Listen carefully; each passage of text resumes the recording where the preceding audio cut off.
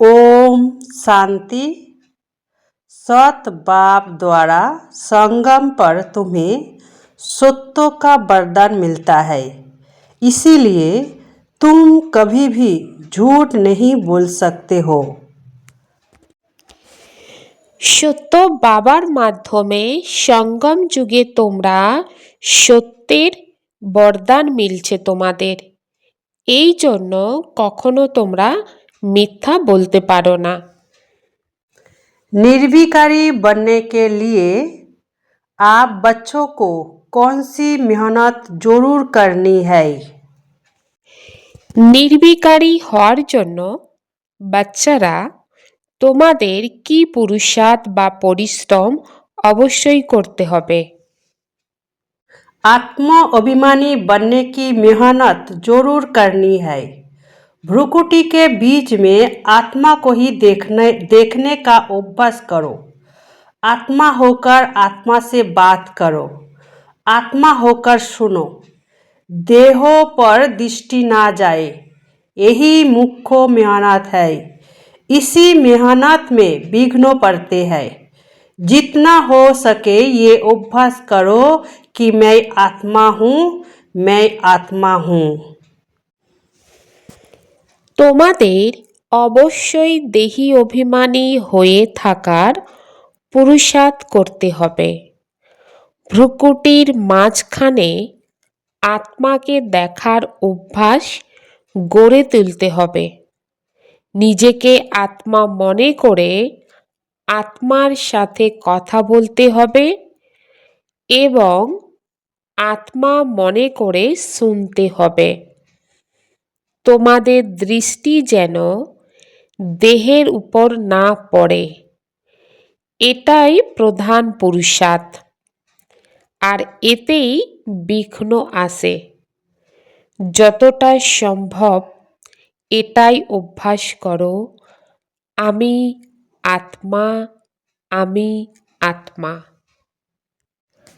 বাচ্চারা, তোমরা এখন জানো আমরা বাবার কাছ থেকে যা কিছু জেনেছি, বাবা যে পথ বলে দিয়েছেন তা দুনিয়ার আর কেউ জানে না। নিজেই পূজ্য, নিজেই পূজারীর অর্থ তোমাদের বুঝিয়েছেন। যে পূজ্যরা বিশ্বের মালিক ছিল তারাই আবার পূজারী হয়। পরমাত্মার জন্য এই কথা বলা হয় না। এখন তোমাদের স্মৃতিতে এসেছে যে এ কথা তো সত্যি। সৃষ্টির আদি মধ্য অন্তের জ্ঞান বাবাই এসে শোনান, আর কাউকেই জ্ঞানের সাগর বলা যায় না একমাত্র বাবা ছাড়া। तुम अभी बाप से वर्षा ले रहे हो। बाप कहते हैं गृहस्थ व्यवहार में भी जरूर रहना है। सबको यहाँ आकर बैठने की दरकारी नहीं, सर्विस करनी है। सेंटर खोलते हैं। तुम हो सेल्वेशन आर्मी, ईश्वरीय मिशन हो ना।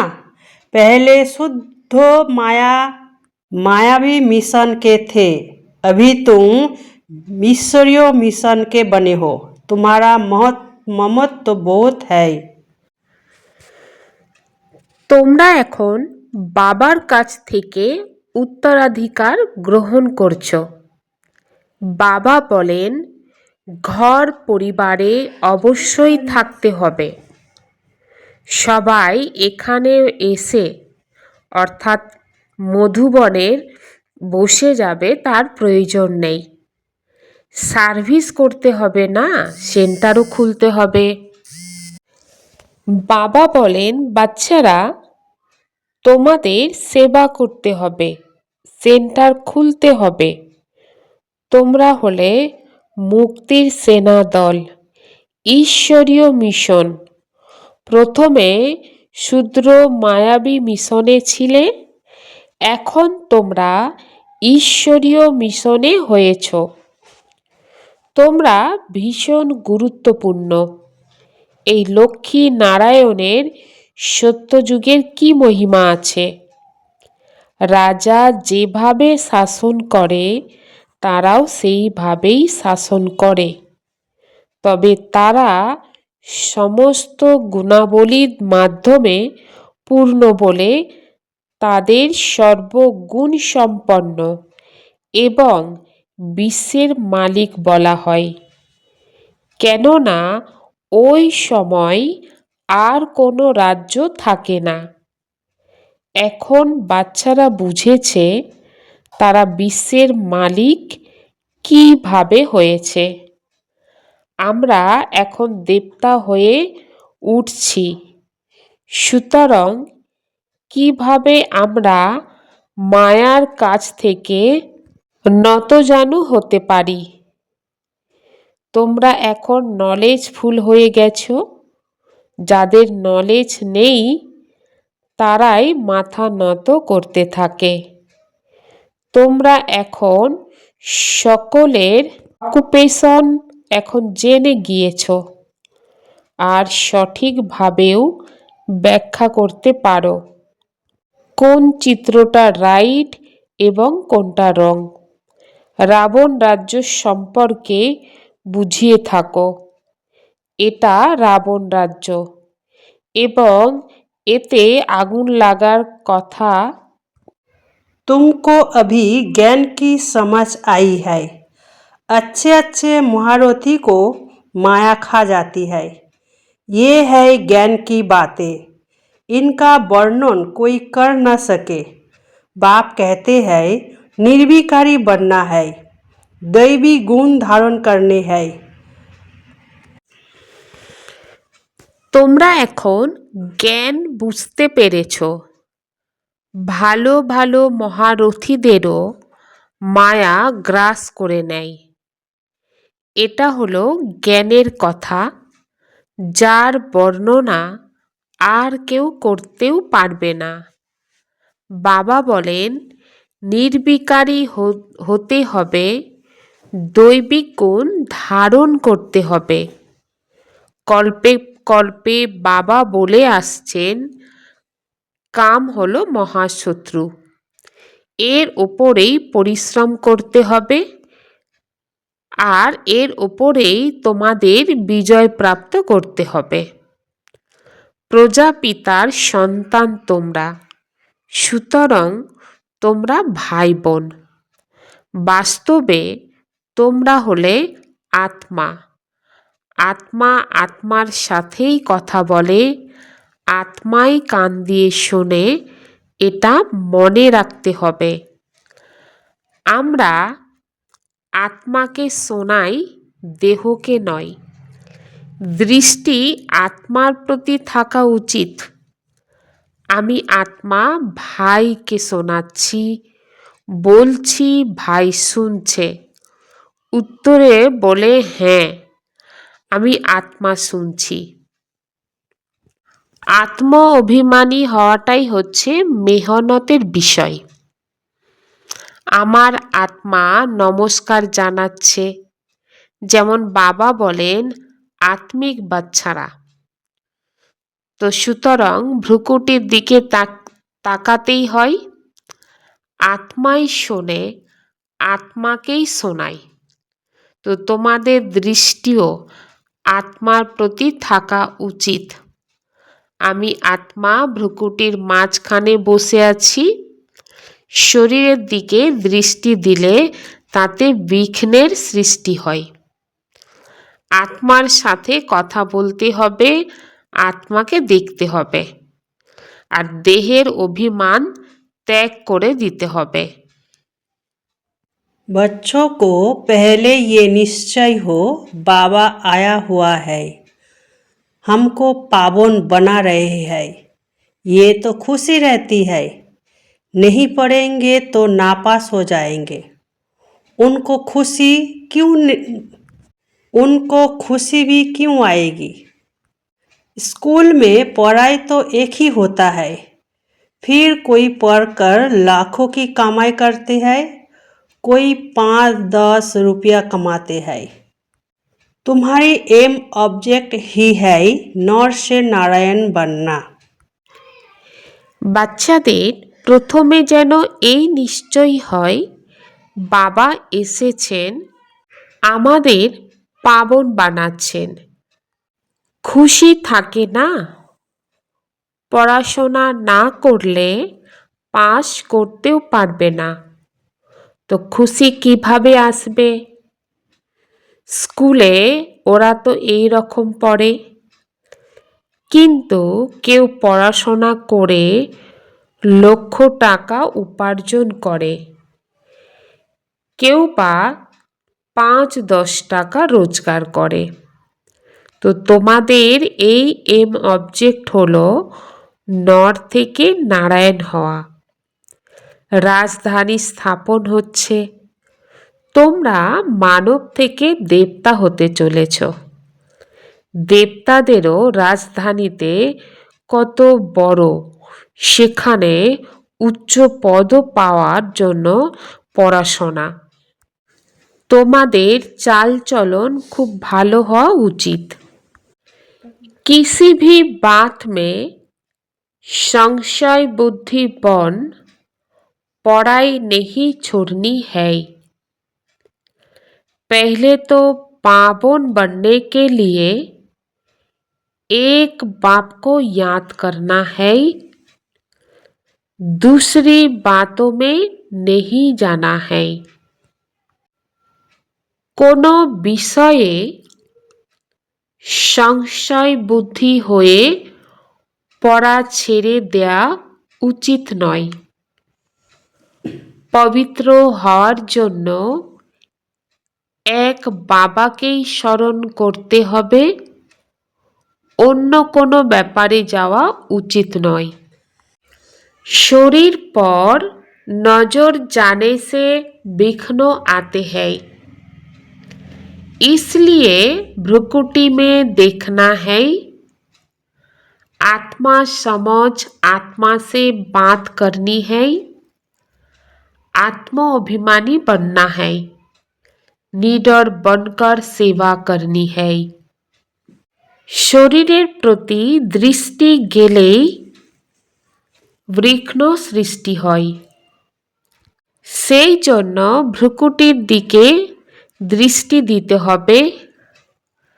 আত্মা মনে করে আত্মার সাথে কথা বলতে হবে, আত্ম অভিমানী হতে হবে, নির্ভীক হয়ে সেবা করতে হবে।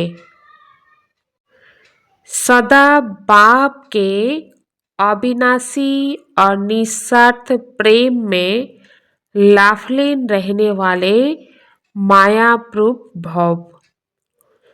जो बच्चे सदा बाप के प्यार में लाफलीन रहते हैं, उन्हें माया आकर्षित नहीं कर सकती।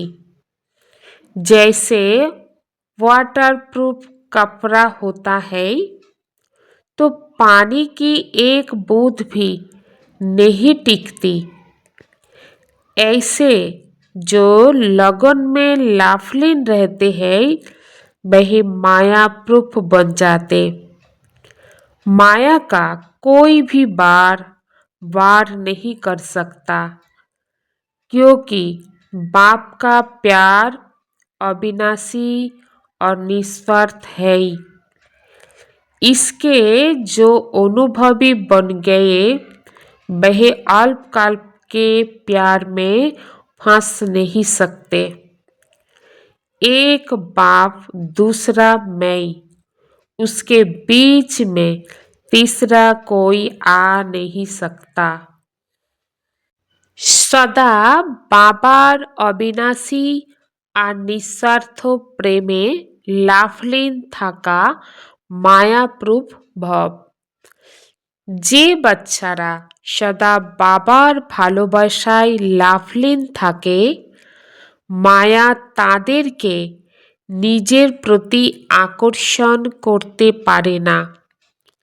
যে রকম ওয়াটারপ্রুফ কাপড় হয়, যেখানে এক ফোঁটা জলবিন্দু টিকতে পারে না, এই রকম যারা লগনে লাফলীন থাকে তারা মায়াপ্রুফ হয়ে যায়।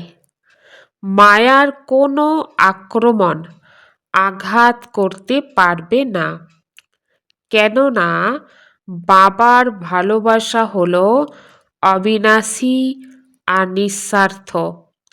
যারা এর অনুভবী হয়ে গিয়েছে তারা অল্পকালের ভালোবাসায় ফেঁসে যায় না। এক বাবা, দ্বিতীয় আমি, এর মাঝে তৃতীয় কেউ আসতে পারে না। न्यारे प्यारे होकर कर्म करने वाला ही सेकंड में फुल स्टॉप लगा सकता है।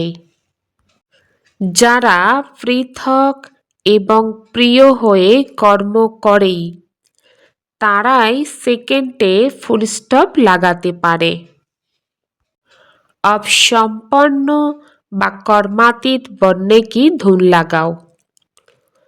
कर्मातीत अर्थात कर्म के बॉस होने वाला नहीं, लेकिन मालिक बन, अथॉरिटी बन, कर्म इंद्रियों के संबंध में आए, विनाशी कामना से न्यारे हो, कर्म इंद्रियों द्वारा कर्म कराए। आत्मा मालिक को कर्म अपने अधीन ना करे, लेकिन अधिकारी बन कर्म कराता रहे।